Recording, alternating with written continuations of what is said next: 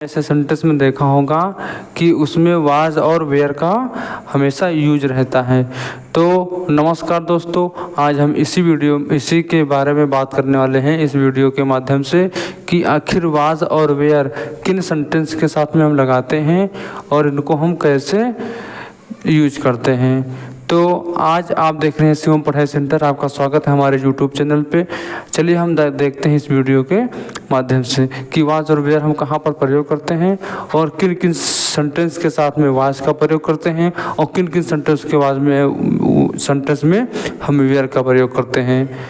तो जैसा कि आप लोग हमारे पीछे बोर्ड पर लिखा हुआ देख रहे हैं कि uses of was were. Uses of was were का मतलब होता है कि वाज वेयर का प्रयोग, कि वाज वेयर का प्रयोग हम कहाँ और कैसे करेंगे। तो जैसे हमको किसी काम को करने के लिए एक सिस्टम की आवश्यकता होती है। जब हम कोई काम प्लानिंग से करते हैं तो वह काम हमारा सफलतापूर्वक हो जाता है। अगर वही काम अगर हम इन प्लानिंग से करें तो हमारा पूरा काम होता है, लेकिन वह उतनी स्टेप बाय स्टेप नहीं होता है। तो इसी प्रकार हमको हर एक कार्य को करने के लिए पहले प्लानिंग की आवश्यकता होती है।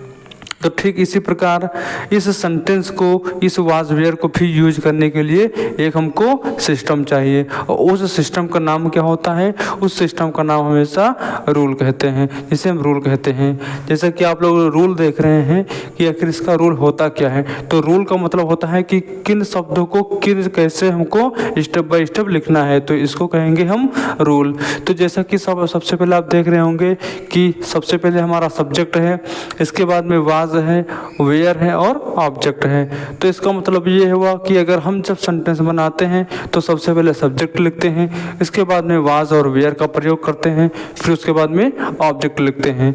अब बात आती है कि ये तो हमारा रोल हो गया।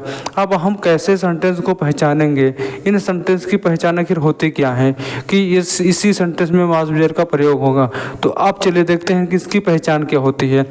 तो इसकी पहचान हमेशा जिन वाक्यों के अंत में था होता है, थी होती है, थे होते हैं और थो होते हैं, तो अगर ये ऐसे वाक्य आपको मिलते हैं तो इनमें हम वाज और वेयर का प्रयोग करते हैं। तो ये तो हमारी बात हुई कि सेंटेंस को पहचानना, कि सेंटेंस को कैसे पहचानेंगे और उनमें वाज वेयर का प्रयोग करेंगे। अब चलिए देखते हैं कि वाज का प्रयोग किन वाक्यों के साथ में करेंगे और वेयर का प्रयोग किन वाक्यों के साथ में करेंगे। तो अब बात आती है वाज और वेयर की प्रयोग के बारे में। तो यहाँ पर देख रहे हैं कि वाज लिखा हुआ है और जैसे कि देख रहे होंगे आप कि उन वाक्यों के साथ में हम वाज का प्रयोग करते हैं जो हमेशा सिंगुलर होते हैं, जो हमेशा एक की बात करते हैं। तो उन वाक्यों के साथ में हम वाज का प्रयोग करते हैं। तो जैसे ही, सी, इट, या फिर कोई सिंगुलर नाउन या फिर कोई नेम, अगर ये शब्द आपको मिलते हैं, ये ऐसा वाक्य मिलता है तो आप उसमें वाज का प्रयोग करेंगे। और अगर कोई आपको सिंगुलर के बजाय तो प्लूरल शब्द मिलता है तो उसमें आप वेयर का प्रयोग करेंगे। वेयर का मतलब कि एक से ज़्यादा लोगों की बात हो रही है। जैसे कि हम इस विद्यालय जाते हैं तो विद्यालय में हमारे क्लास में तमाम बच्चे बैठते हैं, तो उन सब की अगर बात की जाए तो वहाँ पर एक से ज़्यादा बच्चों की बात हो रही है। अगर केवल हमारी बात की जाए तो वहाँ पर हमारी केवल बात हो रही है, तो वहाँ पर हम वाज का प्रयोग करेंगे। और जहाँ पर ज़्यादा लोगों की बात की जाए तो वहाँ पर हम वेयर का प्रयोग करेंगे। तो आप चलिए देखते हैं कि वेयर का प्रयोग किन वाक्यों के साथ में करेंगे। अब हम देख रहे होंगे आप कि आई, वी, दे, यू या फिर कोई प्लूरल नाउन, उनके साथ में हम वेयर का प्रयोग करेंगे। तो वेयर का प्रयोग हमेशा हम प्लूरल नाउन के साथ में करते हैं। और जैसे कि आप